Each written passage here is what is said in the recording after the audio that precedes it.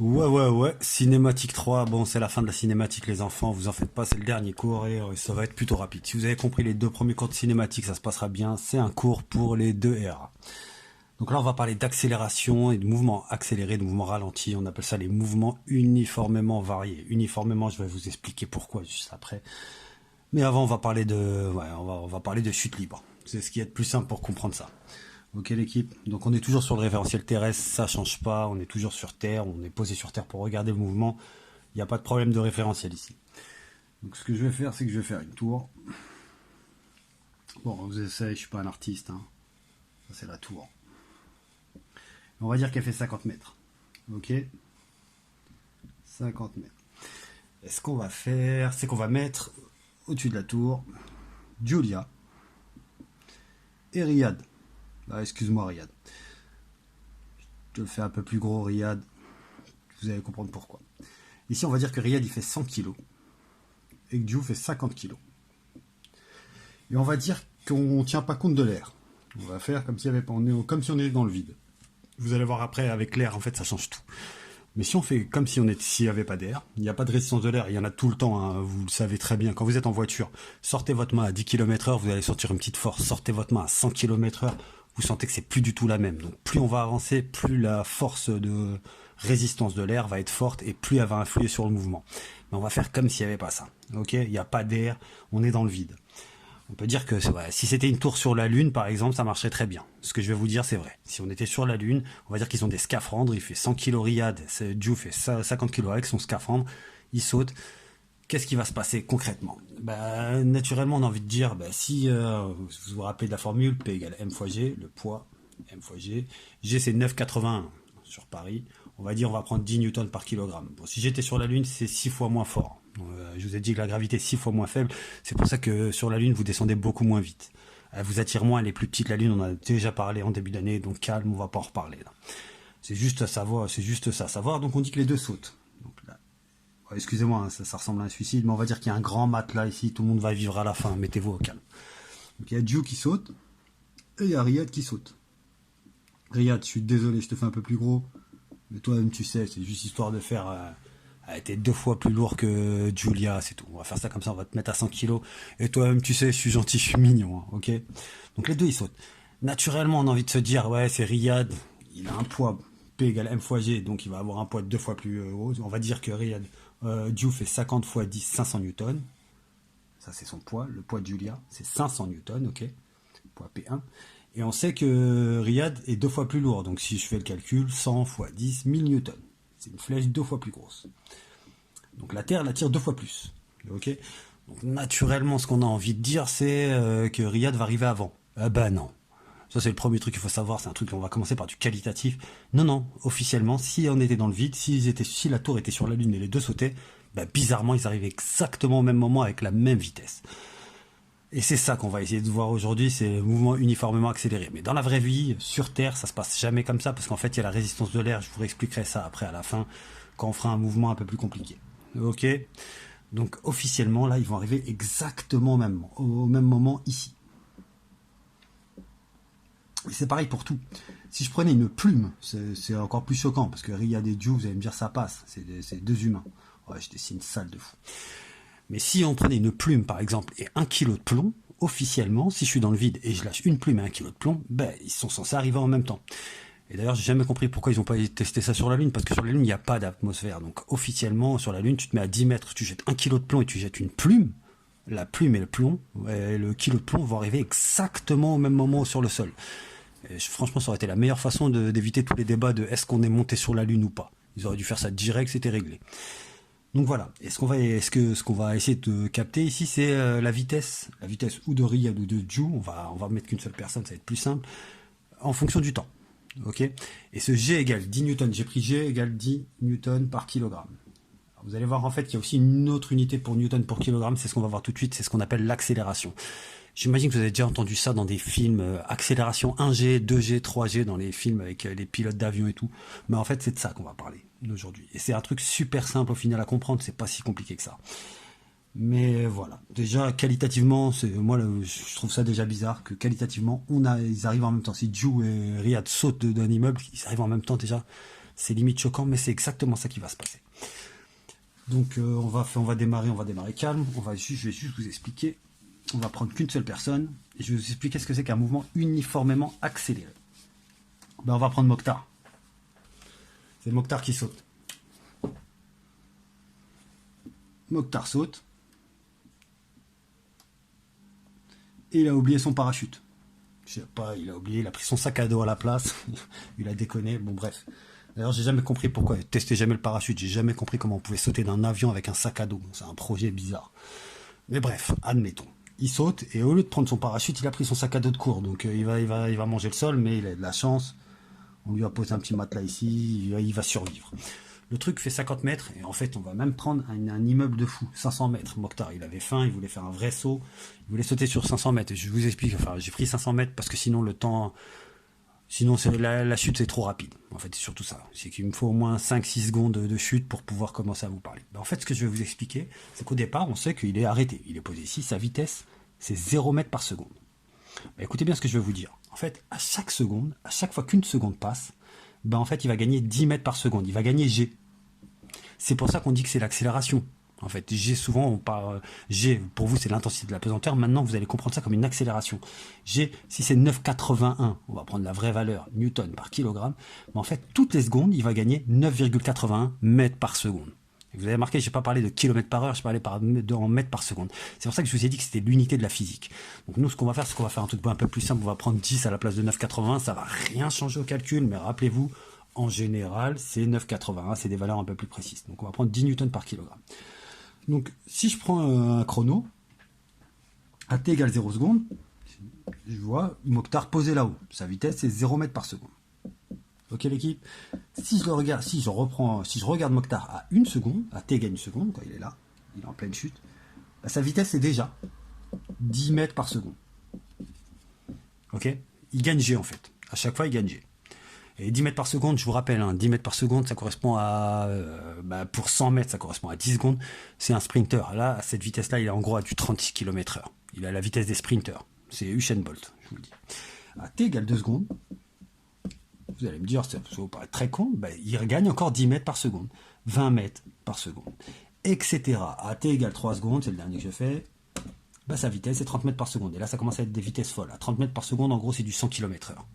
Au bout de 3 secondes, quand vous faites une chute, au bout de 3 secondes, vous êtes à 100 km/h. Ok. Et ça, attention, je répète, c'est quand il n'y a pas d'air. Quand il y a de l'air, l'air, au bout d'un moment, elle vous freine. Ok, à 100 km/h, comme je vous ai dit, quand vous sortez votre main vous êtes dans une voiture arrêtée, vous êtes dans une voiture qui roule à 100 km/h, ouvrez la vitre, sortez votre main, vous allez voir que la force elle est folle. C'est la même force que vous recevez ici. Mais si on admet par exemple que, je sais pas, Mokhtar il a une tête super pointue, excuse-moi Mokhtar, et qui pénètre super bien dans l'air, il va quasiment pas sentir cette force-là, et s'il sent quasiment pas cette force-là, c'est la vitesse qu'il aura. Ok, ça marche pour tout le monde. Ça, c'est ce qu'on appelle un mouvement uniformément accéléré. Alors, pourquoi vous allez me dire qu'il gagne toujours 10 mètres par seconde et pas plus? En fait, c'est un truc très con. C'est qu'en fait, la force qui lui fait gagner de la vitesse, quand il saute, Mokhtar, il n'y a qu'une seule force qui s'applique sur lui, c'est son poids.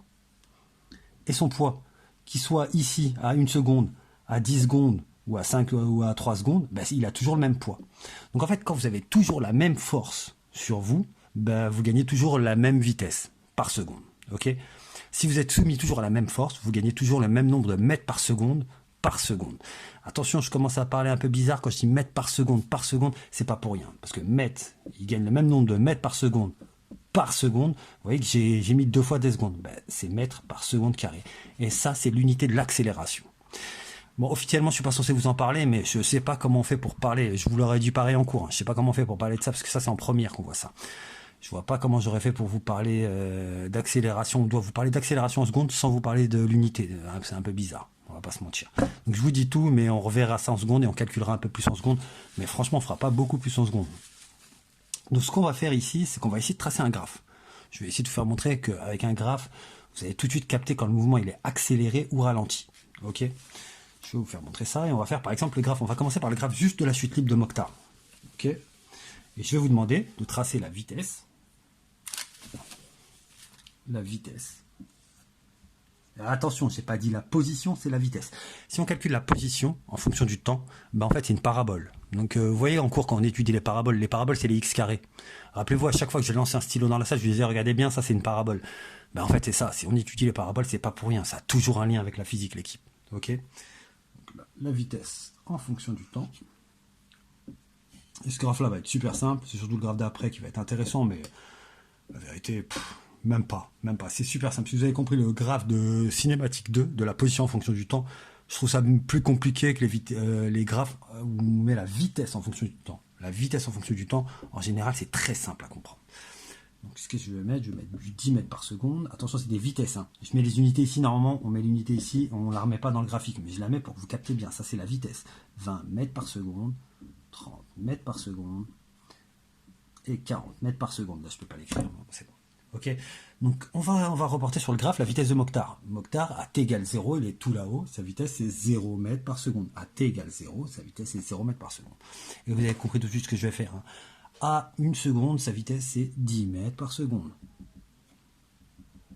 Ok l'équipe. À 2 secondes, sa vitesse c'est 20 mètres par seconde. Bon, je n'ai même pas envie de continuer, mais je pense que vous avez compris. Bon, ça sent la droite, ça sent la fonction affine. Ok. Mais je peux même pas vous l'expliquer. Autant la dernière fois, je pouvais l'expliquer rapport aux maths et je vous disais, ne vous intéressez pas trop à ça. Là, ça va être compliqué parce qu'en fait, il faut que je démarre de la relation fondamentale de la dynamique. C'est même pas au programme. Ok. Pour ceux qui regardent et qui veulent savoir, c'est MA égale le poids. Et le poids, c'est M fois G. C'est pour ça qu'en fait, que ça soit Mokhtar, que ça soit Julia, que ça soit Camélia, qui que ce soit, hein, quel que soit le poids, bah, l'accélération, c'est toujours G. Quand vous êtes en chute libre, votre accélération, bah, c'est l'intensité de la pesanteur. Là, j'ai mis des vecteurs. Mais on va les retirer. Et l'accélération, c'est la variation de la vitesse sur la variation du temps. Donc si je remonte le temps, en fait, c'est combien je gagne c'est la vitesse gagnée par seconde. Ça, c'est très compliqué, je vais pas vous mentir. Ça, c'est limite si vous êtes en terminale. C'est plutôt premier S, terminal S. Hein. On va se dire la vérité. Mais enfin, quand je dis c'est très compliqué, en cours, je pense que je peux vous le faire comprendre. Hein. Je mets des variations à la place des dérivés, on va s'en sortir. Donc voilà, je termine. 4 secondes, 40 mètres par seconde. Et qu'est-ce que vous avez capté? Je suis désolé, on va le faire vite. Qu'est-ce que vous avez capté? Ben, c'est que j'ai une droite quand j'ai la vitesse en fonction du temps. Et quand le mouvement est uniformément accéléré, j'ai une droite. Je peux même vous dire que la pente de la droite, c'est l'accélération. Ben, si je calcule la pente de la droite, en fait, la pente de la droite, c'est combien de vitesse je gagne par seconde. Ben là, on prend par exemple, on se met entre ce point-là et ce point-là. Il a gagné combien de vitesse Mokhtar? Il est passé de 0 à 40 mètres par seconde. Il a gagné 40 mètres par seconde. Pendant combien de temps? De la seconde 0 à la 4e seconde. Donc en 4 secondes, il a gagné 40 mètres par seconde. Faites le rapport 40 sur 4. On retrouve le G, hein. C'est le 10 mètres par seconde au carré. Ok, mais calculez pas trop ça. On vous demandera jamais de calculer une pente, je vous le dis tout de suite, à part en première. En première, je vous reparlerai de ça, mais si vous avez compris ça, on a gagné. Ben, je ne vais pas vous faire le mouvement ralenti parce que le mouvement ralenti c'est exactement la même chose. S'il y a une force qui vous freine et c'est toujours la même force, ben on va avoir une droite qui redescend et la pente de cette droite là, ça sera l'accélération, enfin la décélération, mais on appelle ça toujours l'accélération. L'accélération c'est la variation de la vitesse. Enfin, le vecteur accélération c'est la variation de la vitesse. Donc on aura une accélération uniforme, c'est toujours la même. En fait c'est parce qu'on reçoit toujours la même forme, mais par contre qui va faire descendre la vitesse. Ok. Pour vous expliquer ça, on va parler d'une voiture, c'est beaucoup plus simple, mais là voilà, c'était pour vous faire comprendre en fait que quand vous voyez une portion de droite, quand le graphique c'est la vitesse en fonction du temps, et vous voyez une portion de droite, c'est qu'il y a une accélération uniforme, ok? C'est juste ça. Si vous avez compris ça, vous avez tout compris, et en plus, voilà, le seul truc qu'on vous demandera de dire, c'est que c'est un mouvement, Mokhtar quand il descend ici, il descend toujours tout droit, c'est un mouvement, je rappelle, trajectoire, elle est rectiligne, donc c'est un mouvement rectiligne, et on dit uniformément accéléré. Accélérer en fait toujours de la même façon. Et pourquoi toujours de la même façon? Parce que Mokhtar, une fois qu'il a quitté le bâtiment, ben, c'est que le poids qui fait descendre et son poids change jamais. Si son poids changeait, ben, ça serait pas une accélération uniformément accélérée.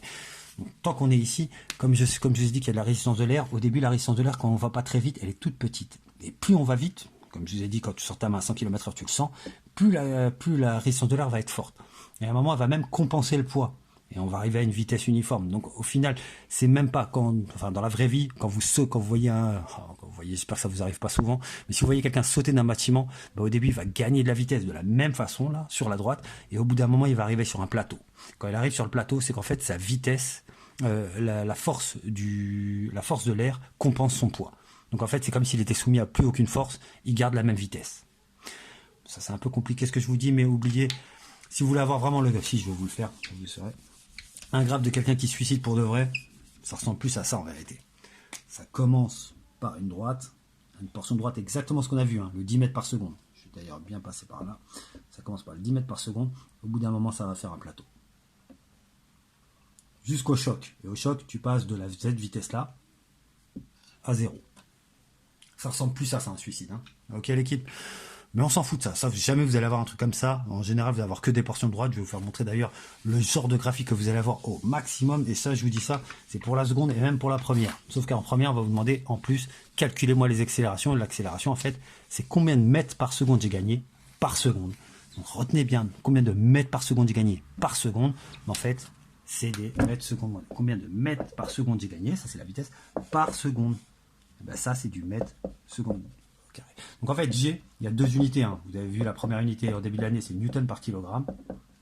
Ok, ben la deuxième unité, je peux dire aussi, c'est 9,81 mètres par seconde carré. Donc quand vous entendez quelqu'un dans un avion qui dit j'ai une accélération de 3G, en fait, c'est qu'il gagne 3 fois G. Donc en fait, il gagne 30 mètres par seconde. Chaque seconde, sa vitesse, elle augmente de 30 mètres par seconde.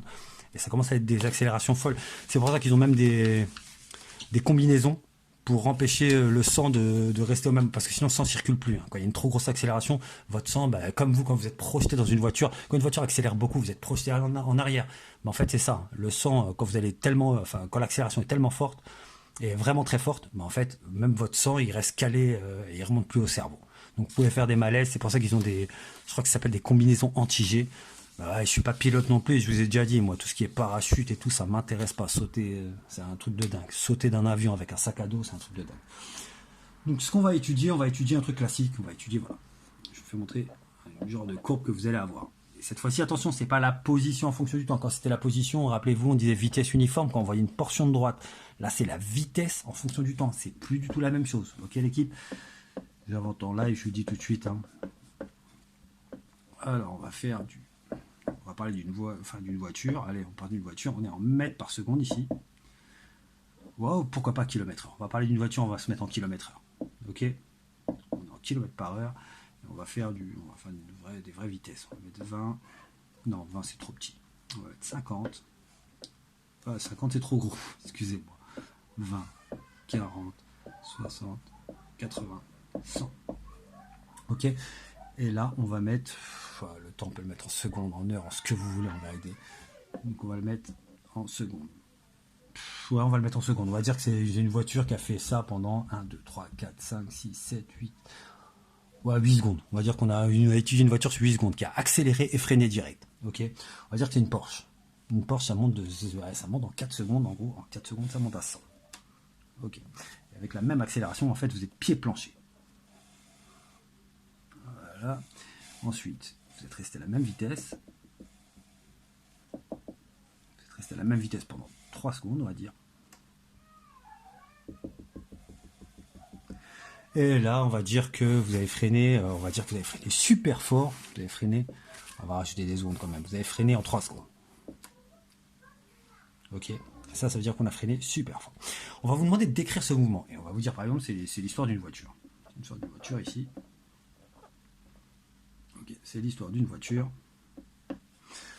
qui partait et on vous demande de raconter l'histoire de la voiture en fait. Quand vous voyez ce graphe là, on va demander qu'est-ce qui s'est passé pour la voiture. C'est un truc très con au final. Vous regardez la première portion, on va toujours découper en portions. Portion 1, portion 2 et portion 3. Ok. On va dire qu'est-ce qui s'est passé pendant la portion 1. La portion 1, vous voyez qu'on a la vitesse en fonction du temps. Et vous voyez qu'on a une portion de droite. Ok.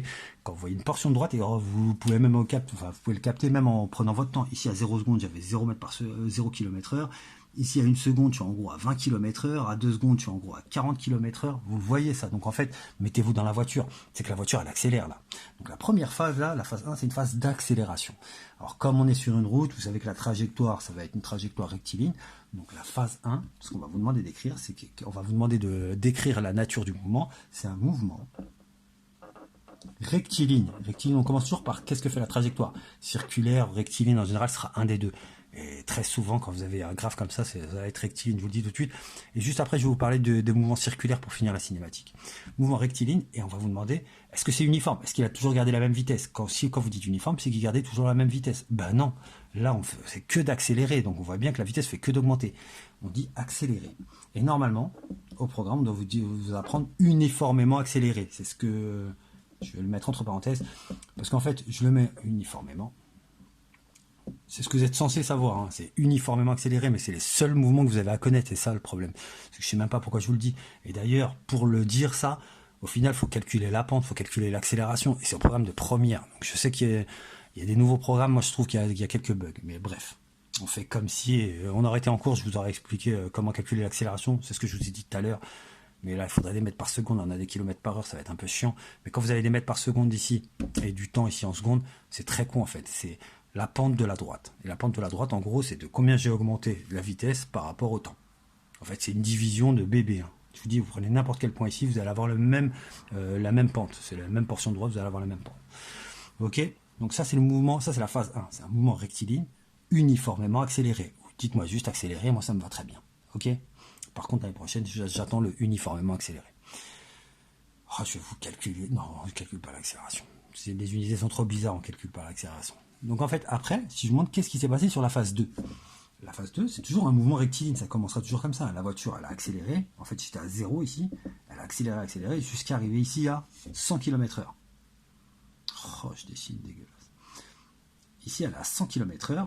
Ça, c'est à la 1, 2, 3, 4. À la 4e seconde. Là, je suis à la 4e seconde. Elle a 100 km/h, la voiture. Ok, l'équipe? Et qu'est-ce qu'elle fait? De la 4e, 5, 6, 7, de la 4e à la 7e seconde, elle est toujours restée à 100 km/h. Ok? Donc, c'est un mouvement rectiligne, toujours. 7e seconde, elle est toujours à 100 km/h. Oh putain, je suis désolé pour les voitures. Ok, je suis désolé. De la 4e à la 7e seconde, elle est toujours restée à 100 km/h. Donc ça, c'est un mouvement qu'on a vu juste avant, enfin dans la vidéo d'avant. C'est un mouvement rectiligne, uniforme. Uniforme, ça veut dire en fait que la vitesse bouge jamais. Rectiligne, je suis désolé, j'écris mal. Uniforme. Ok, uniforme, ça veut dire que la vitesse, elle est constante, c'est toujours la même vitesse. En général, on vous demande même la vitesse en général quand c'est dans ce cas-là. Et quand on vous demande la vitesse, là c'est très con, c'est de la lecture graphique, c'est du 100 km/h. Ça va pour tout le monde? Ok. Et la dernière portion, il a mis la voiture à freiner. Et je vais même vous dire un truc, elle a freiné toujours de la même façon, de façon uniforme en fait. La force qui s'exerçait sur les pneus, c'est toujours la même. Parce que sinon, vous n'auriez pas une portion de droite. Si vous avez une parabole, là, c'est pas uniforme. Ça veut dire que le freinage était différent en fonction du temps. Là, regardez bien, entre la 7e et la 10e seconde, j'ai toujours une portion de droite, c'est une vraie droite. En fait, là, j'ai dessiné une vraie droite. Donc, si je dessine une vraie droite, ça veut dire que j'ai été freiné toujours de la même façon. Ça veut dire qu'on va dire que j'ai pilé, en fait. J'ai appuyé sur mon frein à bloc. Donc, en fait, j'étais toujours sur le même freinage toute la route. Ok? Donc, j'ai freiné de la même façon. Comme tout à l'heure, Mokhtar, quand il sautait, il n'y avait que son poids. Et son poids ne bougeait pas. Ben là, j'ai le même coup de frein qui me ralentit de la même façon tout le temps. Entre la 7e et la 10e seconde. Ben ça, c'est un mouvement. Toujours, on commence par la trajectoire. Mouvement rectiligne et uniformément ralenti ou ralenti. Mettez-moi ralenti et mettez-moi entre parenthèses uniformément parce qu'en vérité, je vous l'ai dit, il faut calculer l'accélération. Il faut voir que l'accélération est constante et l'accélération en fait c'est la force pour dire uniformément. Mais vous, on vous demande d'apprendre ça. On appelle ça les mouvements uniformément variés. Bon, si vous avez compris tout ça, vous avez compris tout ce qui est sur le programme de seconde, sur la cinématique. Il n'y a rien d'autre. Quand je dis rien d'autre, rien d'autre. Si, il y a la rotation que je vais vous faire montrer tout de suite. Donc vous avez vu le graphe, attention, je vous demande juste, je vais répéter un truc important, c'est que essayez d'avoir un peu de vis quand même. Regardez la cinématique 2, on avait la position, la distance en gros, en fonction du temps. Quant à la distance en fonction du temps, il ne faut plus du tout lire le graphique de la même façon. Ok, quand j'ai la distance en fonction du temps, ben, quand je vois une portion de droite, j'efface tout, on n'est plus du tout sur le même exercice. Et là, il a freiné, en fait, j'ai oublié de terminer, il était à 100 km/h. Et là, il a freiné, donc sa vitesse faisait que de chuter jusqu'à 0 km/h. Et la voiture s'arrête au bout de 10 secondes. Ok ? Faites attention. J'ai un truc que je vais vous dire, c'est important parce que c'est ce genre de truc que vous pouvez vous faire avoir régulièrement. C'est que faites attention, mais vraiment faites attention à ce qu'il y a en ordonnée. Ok, l'équipe, est-ce que vous avez un ordonnée? Si vous avez la vitesse, en réalité, c'est super simple. Il faut voir, quand la vitesse augmente, bah, j'accélère. Quand la vitesse fait un plateau, bah, je suis toujours à la même vitesse, c'est un mouvement uniforme. Et quand la vitesse redescend, bah, je ralentis. C'est un truc très con au final, ok? Quand vous avez la position, genre la distance parcourue par la voiture en fonction du temps, et on va dire que ça c'est des mètres, attention, c'est plus des kilomètres par heure, on va dire que c'est des mètres par exemple. Et des secondes, et ça le temps, on va dire que c'est toujours des secondes. Ben là, c'est plus la même chose. Si, quand la distance, quand j'ai la distance en fonction de, quand j'ai une portion de droite, rappelez-vous, c'est la, je crois que c'est la vidéo cinématique 2, ouais, si c'est ça, c'est celle qui était juste avant. Ben, quand on a une portion de droite, en fait, c'est que la vitesse est uniforme. Et si je veux connaître la vitesse, je regarde la distance que j'ai parcourue, j'ai fait 100 mètres en 4 secondes. C'est toujours des sûretés, j'ai fait 100 mètres en 4 secondes. Je fais du 25 mètres par seconde. Donc en fait, ici, c'est que je suis tout le temps à la même vitesse et je suis à 25 mètres par seconde. Ici, quand la distance bouge jamais, ben ça veut dire que j'étais à 100 mètres et j'ai pas bougé de la 5, de la 4e à la 7e seconde. Pendant 3 secondes, j'ai pas bougé, je suis toujours resté à 100 mètres. Donc c'est ma vitesse, elle est nulle sur ce plateau-là. Et là, j'ai une autre vitesse, mais j'ai fait quoi? J'ai refait 100 mètres, cette fois-ci en 3 secondes. Donc ma vitesse, là, c'est toujours des sûretés. Hein. La phase 3, phase 1, phase 2 et phase 3. Ma vitesse est 100 sur 3. C'est du 33 mètres, en gros, par seconde. Ok, et je suis revenu à ma position initiale. Ça, c'est l'histoire de Lucas qui se tape le mur et qui revient, il me semble, de mémoire, c'est ça. Vous avez capté, donc faites gaffe, quand vous avez la distance en fonction du temps, on vous demande de calculer les vitesses, ça c'est le truc archi classique. Mais quand vous avez la vitesse en fonction du temps, comme je viens de le faire avant, bah, la vitesse en fonction du temps, le seul truc que vous pouvez voir, c'est si la vitesse augmente, bah, c'est que ça a accéléré.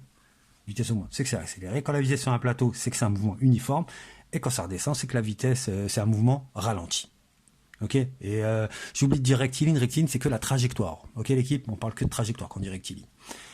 Bon, si vous savez tout ça, vous savez tout ce qu'il faut savoir sur la cinématique. Enfin, presque. Il reste un truc. Il faut que je vous relie la vitesse d'un point sur une roue à la vitesse de rotation de la roue. À la fréquence de rotation de la roue. Vous allez voir, c'est un truc très très cool. En général, ouais, je vais vous le faire en 4 secondes. Je vais vous parler d'une roue.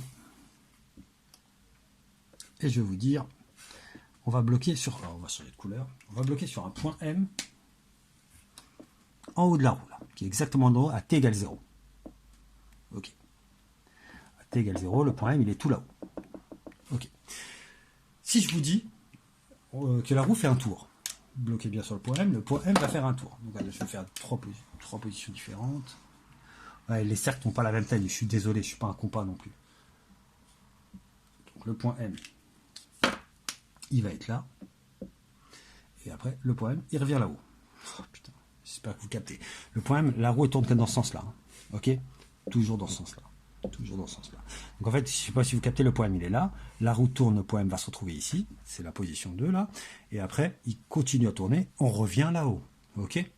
Ça marche. Si je vous dis quelle est la distance parcourue par le point M, je crois que je peux effacer les deux. Je pense que vous allez le capter tout de suite. Hein. C'est pas un truc de fou ce que je vais vous dire ici, mais c'est une formule qui choque les gens en général, mais c'est du carton. Si je vous dis maintenant, bloqué sur le point M, le temps d'un tour. Le temps d'un tour, un seul tour. La roue fait un seul tour. Le point M, il a fait quelle distance? En fait, il a fait ça. On est d'accord ou pas? C'est la distance qu'il a fait. Ça, ce que je viens de dessiner, si j'appelle ça le rayon R, on appelle ça comment? On appelle ça la circonférence de la roue. Ok. Donc en fait, je vais appeler ça C. C'est 2 fois pi fois R. Ok. Donc ça, c'est quand la roue fait un tour. Ok. Et j'appelle ça C. 2 pi R, c'est le périmètre. Ok. Si je vous dis que la roue fait 2 tours, si je vous dis quelle est la distance parcourue par le point M, vous allez me dire, bah, c'est très con en fait. C'est 2 fois C. Ok, ça va pour tout le monde, il n'y a rien. Hein. Si je lui dis, la roue fait 3 tours, il va me dire, oh, c'est bon, c'est 3 fois C. Ben, la formule va venir de là, hein. C'est un truc d'enfant.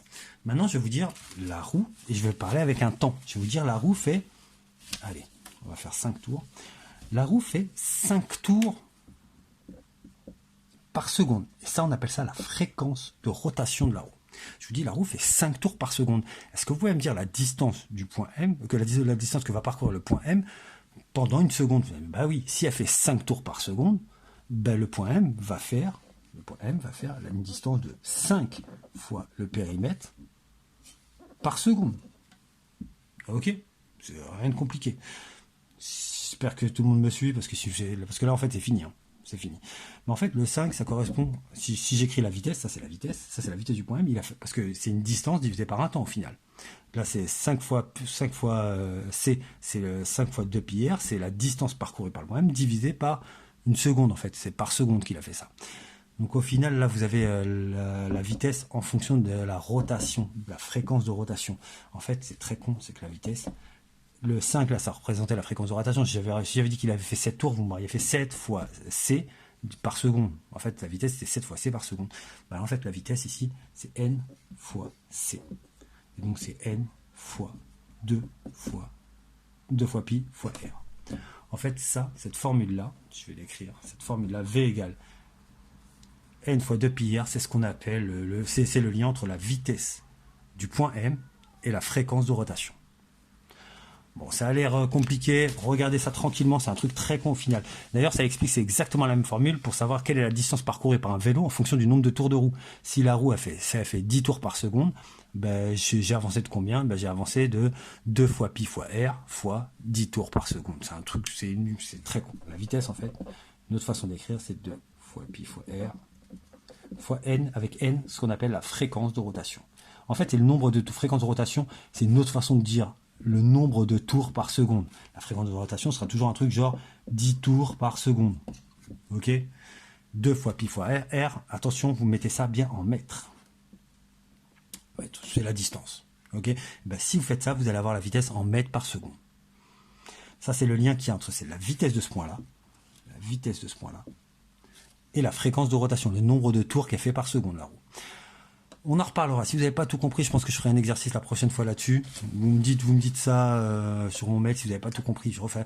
S'il y a aussi une autre formule des fois, mais c'est un truc très con et je déteste ça. C'est que souvent, vous savez que si vous avez le rayon ici, ben en fait 2 fois le rayon, c'est ce qu'on appelle le diamètre.